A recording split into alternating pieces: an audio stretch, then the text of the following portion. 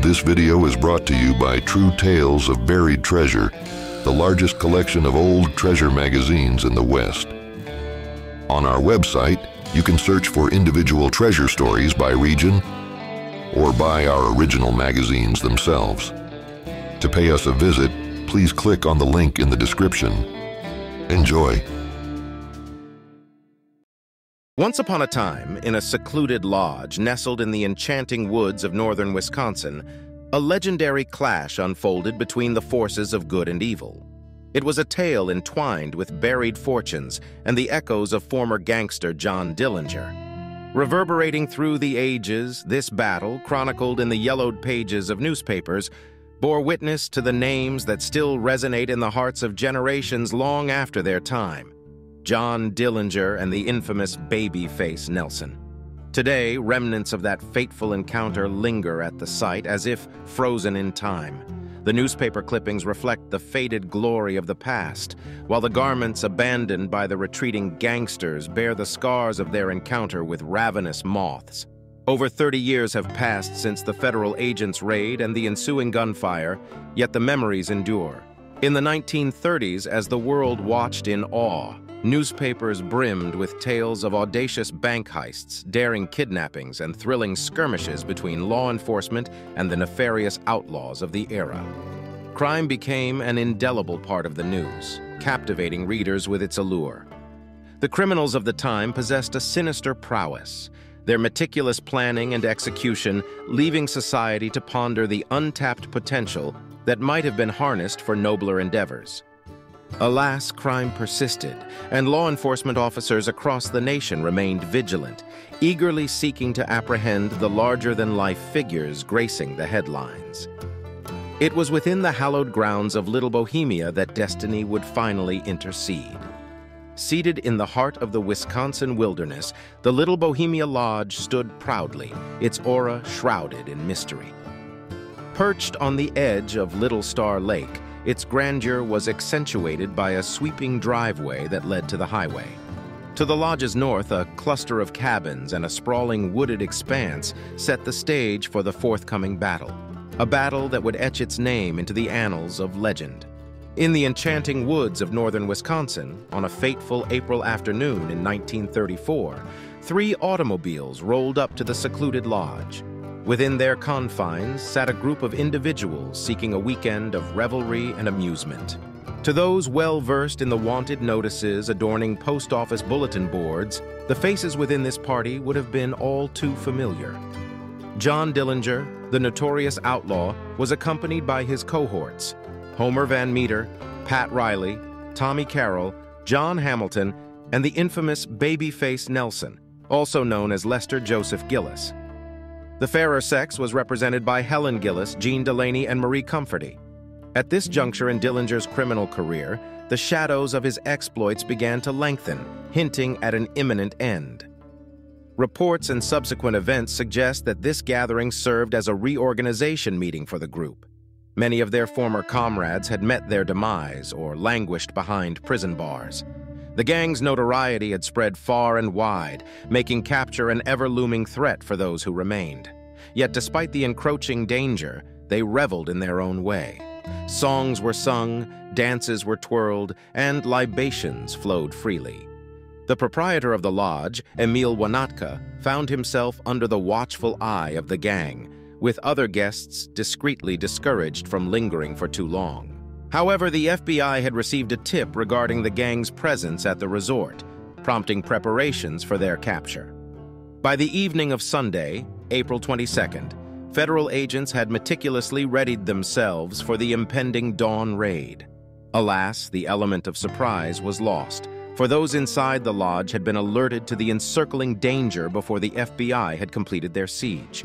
The barking of 2 dogs belonging to the Wanatka family, disturbed by the movements of the approaching men, aroused the suspicions of the criminals themselves. Around this time, a trio of men who had indulged in the spirits of the tavern decided to embark on their journey. John Hoffman, a diligent city employee from Ironwood, Michigan, accompanied by John Morris, a dedicated CCC worker, and Eugene Boisneau, a dutiful service station attendant, gracefully settled themselves in their automobile. As their car descended down the driveway, concealed in the enigmatic darkness, federal agents, shrouded in uncertainty, could not discern whether these individuals were allies or adversaries. With commanding authority, they ordered the vehicle to halt. When their demands went unanswered, the agents unleashed a volley of gunfire. Hoffman, the valiant driver, instinctively leaped from the vehicle, vanishing into the embrace of the surrounding woods, evading capture. Yet tragedy befell Morris, who bore the weight of a grievous wound, while Boisneau, alas, succumbed to the relentless onslaught. Within the sanctuary of Little Bohemia Lodge, the gang and their formidable comrade, baby-faced Nelson, had sensed the impending turmoil. The dissonance of gunfire echoed through the night, setting in motion their swift retaliation against the encroaching federal agents. The clock ticked, and at 10:20 p.m., Sheriff D.A. McGregor of Vilas County received a desperate plea for assistance from the FBI. Swiftly, he mustered a posse of approximately 20 deputies, rallying to the cause of capturing these elusive criminals. The initial assault had commenced half an hour prior, and the air was thick with tension. Under the cloak of darkness, at approximately 2:30 a.m., the federal agents, aided by the valiant posse men, stormed the doors of the lodge. Tear gas shells, propelled by unwavering determination, shattered the tranquility within. They bided their time, waiting for the break of dawn, poised for their next assault. According to contemporaneous newspaper accounts, the attackers had anticipated the gang's presence within the confines of the building. However, to their dismay, only the women of the gang remained, their male counterparts having deftly slipped away in the chaos of the attack. A newspaper article, meticulously pinned to the wall of Little Bohemia and published years later in 1950, divulged a fragment of the gang's cunning escape plan. In a conversation with Pat Charrington, a former member of the gang, Dillinger himself unraveled the intricacies of their flight. Miss Charrington, who had graced the tavern earlier that day before taking her leave, returned to deliver a suitcase brimming with a rumored $200,000 in small bills, procured from the sale of negotiable securities pilfered during previous bank heists. In subsequent meetings in Chicago, Dillinger regaled her with the tale of his escape, recounting his daring climb out of a window and his mad dash towards the northern expanse of the lodge, clutching the weighty suitcase as if it were but a feather. For approximately 500 yards, Dillinger sprinted through the dense woods, finally burying the precious cargo. He continued his tireless journey, covering an additional mile south until he rendezvoused with Van Meter and Hamilton at another tavern. This account concurs with the statements provided by federal agents and deputies, who surmised that the gang must have set their course towards the north. The woodland escape, though arduous, favored Dillinger, whose athleticism honed within the confines of prison walls granted him an advantage over his comrades. Thus, in the veil of night, amidst the chaos and carnage, John Dillinger, the indomitable outlaw, slipped through the clutches of his pursuers, leaving behind a trail of mystique and the lingering scent of triumph. All the men managed to elude capture, cunningly commandeering automobiles to flee the vicinity despite a relentless pursuit. A local newspaper days later reported a staggering 5,000 men scouring the vast expanse of the Middle West in search of these elusive gang members. Tragically, during his daring escape, Nelson inflicted fatal harm upon federal agent W. Carter Baum of Chicago, while also injuring another agent, J.C. Newman. Constable Carl Christensen of Spider Lake was also wounded in the chaos, but Dillinger's disappearance was short-lived. Just 1 week following the audacious raid, Dillinger, along with Van Meter and Nelson Joseph Fox, audaciously disarmed a police vehicle in Bellwood, a western suburb of Chicago, snatching the officers' firearms and slipping away once more.